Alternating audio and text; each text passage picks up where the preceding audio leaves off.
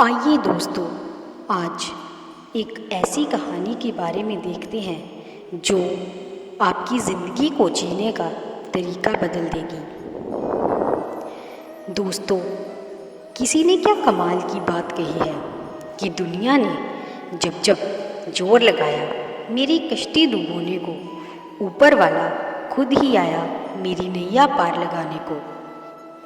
तो कहानी शुरू होती है कि एक राजा ने भगवान का एक सुंदर मंदिर बनवाया और उसमें एक पुजारी को पूजा करने के लिए रखा। काफ़ी समय बीत गया, राजा भी उम्र हो गई थी और पुजारी की भी उम्र हो चली थी। लेकिन राजा का एक नियम था कि वो हर सुबह अपने सैनिक के साथ एक फूलों की माला भिजवाया करता था और उस माला को पुजारी जी भगवान श्री कृष्ण को चढ़ाया करते थे। उसके बाद जब राजा भगवान के दर्शन करने आया करते थे, तब पंडित जी उस माला को भगवान के गले से निकालकर राजा के गले में डाल दिया करते थे। ये लगभग रोज़ की दिनचर्या बन गई थी। पुजारी जी बूढ़े हो चले थे और राजा भी बूढ़े हो चले थे। एक दिन राजा की तबीयत खराब हो जाती है, तो राजा ने माला सिपाही के हाथ भिजवाते हुए सिपाही से कहा कि पंडित जी से कहना कि आज हमारी तबीयत ठीक नहीं है, तो आज हम आ नहीं पाएंगे, तो आज हमारा इंतज़ार न करें। इसके बाद सिपाही ने माला ले जाकर पुजारी जी को दे दी और सारी बात पंडित जी को बताई। पंडित जी ने भी माला को श्री कृष्ण को चढ़ा दिया। तो उसके बाद पंडित जी ने सोचा कि इतने साल गुजर गए कि भगवान की इस माला को हमेशा राजा जी को ही पहनाई है, लेकिन आज तक मैंने कभी इस माला को कभी खुद नहीं पहना। तो हो सकता है कि ज़रूर यह प्रभु की इच्छा है कि इतने सालों में आज मौका मिला है कि प्रभु की इस माला को मैं अपने गले में पहन पाऊँ। तो यह तो परंपरा ही थी कि प्रभु की वह माला तो निकलती ही थी। तो इस बार पंडित जी ने वह माला अपने गले में डाल ली। लेकिन तभी सिपाही दौड़ते हुए आया और बोला कि महाराज को वहाँ कुछ ठीक नहीं लग रहा है, तो राजा साहब मंदिर की तरह ही आ रहे हैं, आप तैयारी करना शुरू कीजिए। राजा को लगा कि इतने सालों से बनी हुई परंपरा कहीं टूट ना जाए, इसलिए वह मंदिर की ओर आने लगे। जैसे ही पंडित जी ने यह सुना, उन्होंने तुरंत माला गले से निकाल और भगवान को पहना दी।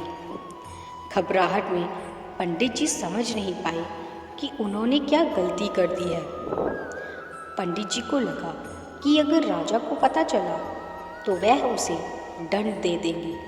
अब राजा आए तो रोज़ की तरह पंडित जी ने माला भगवान के गले से उतारी और राजा को पहना दी। लेकिन राजा की नज़र माला पर पड़ी, उसमें एक सफ़ेद बाल था।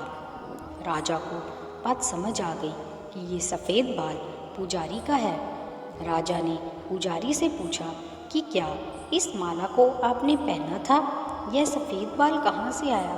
तो पंडित जी डर गए और डर के मारे बोल दिया कि यह सफ़ेद बाल तो श्री कृष्ण का है, भगवान का है। राजा को गुस्सा आ गया कि एक तो पंडित छल कर रहे हैं और ऊपर से झूठ बोल रहे हैं। राजा ने थोड़ा गुस्से में आकर पूछा कि कृष्ण जी के कब से सफ़ेद बाल हो गए? ठीक है, कोई नहीं, मैं कल श्रृंगार के समय आऊँगा, तब देखूँगा कि कृष्ण के बाल सफ़ेद हैं या नहीं। और याद रखना पंडित, अगर बाल काले निकले, सफ़ेद नहीं निकले, तो कल के कल आपको इस छल के लिए मृत्यु दंड दिया जाएगा। और राजा गुस्से से तमतमाते हुए वहाँ से चले गए और इधर पंडित जी को अपनी मृत्यु नज़र आने लगी थी। वो श्री कृष्ण के आगे दंडवत कर लेट गए और बोले कि प्रभु, मुझे क्षमा कर दीजिए, मैं लोभ में आ गया था, मुझे लगा यह माला मुझे भी पहननी चाहिए, मुझे बचा लीजिए प्रभु, नहीं तो कल राजा के हाथों मेरी मौत निश्चित है।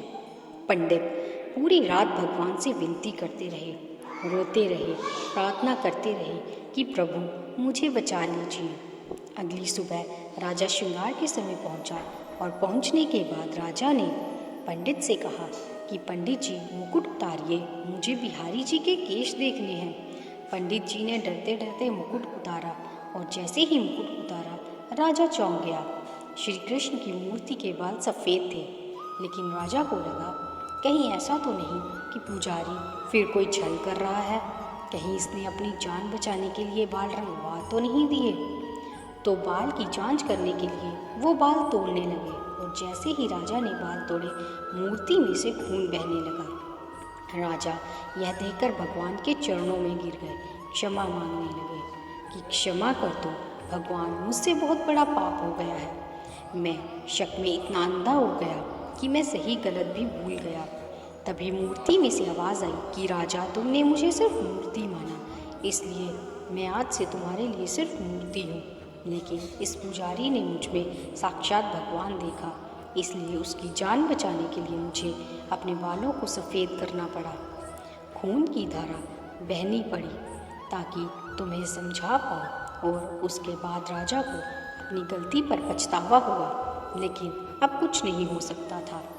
इसीलिए तो कहते हैं कि अगर मानो तो पत्थर में भी भगवान है, नहीं तो साक्षात आपके सामने भगवान आ भी जाए तब भी आप उनसे उनकी सत्यता मांगेंगे। अगर आप सच में भगवान को देखना चाहते हैं तो आपके सिर्फ भाव होने चाहिए। ऊपर वाले पर बिना किसी शर्त के विश्वास रखो और अपने कर्म को निरंतर करते रहो।